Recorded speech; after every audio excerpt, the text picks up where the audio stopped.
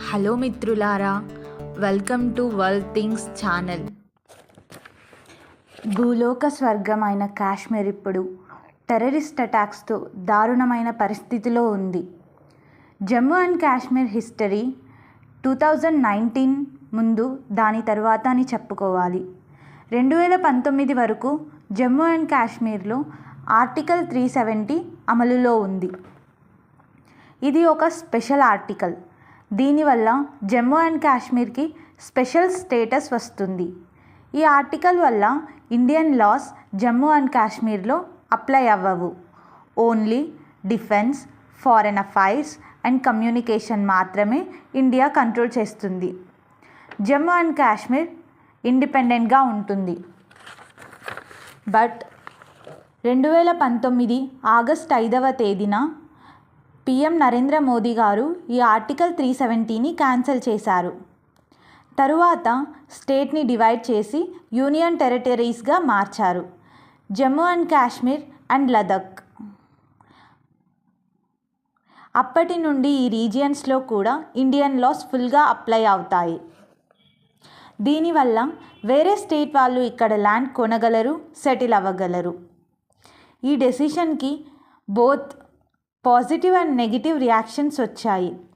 Remove చేశాక చాలా changes start అయ్యాయి. టూరిజం, జాబ్స్, పీస్, ముఖ్యంగా పీపుల్కి ఫ్యూచర్ మీద ఒక ఆశ కలిగింది.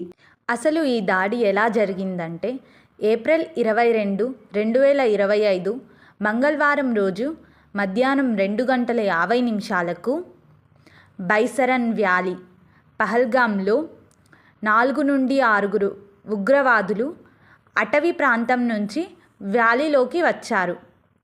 వాళ్ళు మిలిటరీ డ్రెస్ మరియు AK-47 వంటి లేటెస్ట్ ఆయుధాలతో విచక్షణ లేకుండా కాల్పులు జరిపారు.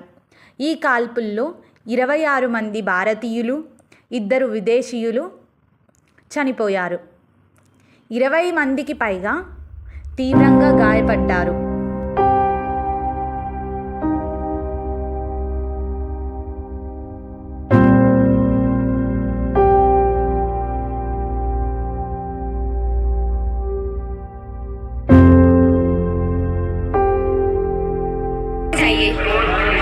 बस ऐसे दौड़ा आगे आगे दौड़ते जा रहे थे हम लोग, और पीछे से लोग आ रहे थे, हमको धक्के दे रहे थे. हम लोगों के पैरों में भी आ गए. नहीं, वहाँ पे बात कर रहे थे, भैया जा रहे थे, वो बोल रहे थे मेरे भैया ने मर गए. वो रो रहे थे बहुत, और किसी की फैमिली में से भी रो रहे थे. और अभी वो ढूंढने का टाइम नहीं था उनके पास कि रिटर्न जाए और ढूंढ के आ जाए. सब आगे बढ़ते जा रहे थे, बढ़ते जा रहे, भगवान के नाम लेके. ఈ దాడి మతం పేరుతో జరిగినందువలన మనం ఒక కమ్యూనిటీని ద్వేషించే శాతం ఎక్కువ ఉంది. కానీ కాగితంలో ఒక్క నల్ల చుక్క ఉన్నంత మాత్రం కాగితమంతా పనికి రాకుండా పోదు. దీనికి ఉదాహరణే హుసేన్ గారు. ఇతను తీవ్రవాదుల్ని అడ్డుకొని తన ప్రాణాలను సైతం కోల్పోయాడు. ఈ తీవ్ర దాడిని అగ్రదేశాల నాయకులు సైతం వ్యతిరేకిస్తున్నారు. ఈ దాడిలో ఇష్టమైన వాళ్ళను, కుటుంబ సభ్యులను కోల్పోయిన వారి కథనాలు వింటే హృదయం చలించిపోతుంది. ఇలాంటి దాడులు చెయ్యాలి అనే ఆలోచన వచ్చినా వాళ్ళకి వణుకు పుట్టేలా చేసే సామర్థ్యం మన ఆర్మీకి ఉంది. వాళ్ళ విజయం కోసం ఆశిద్దాం.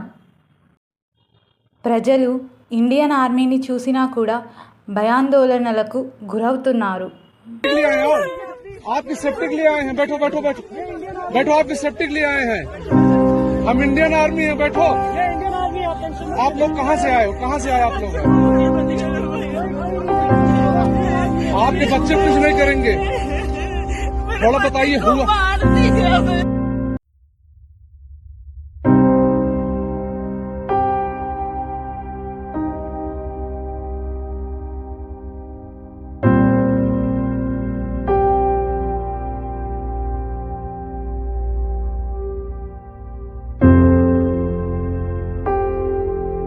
చనిపోయిన వ్యక్తుల కుటుంబాలకు ధైర్యం ఇవ్వాలని వేడుకుంటూ వారి ఆత్మలకి శాంతి కలగాలని కోరుకుందాం. మతం, కులం కన్నా మానవత్వం గొప్పది. దాన్ని మరవకండి. వీడియో నచ్చితే లైక్, షేర్ అండ్ సబ్స్క్రైబ్. ఇక సెలవు.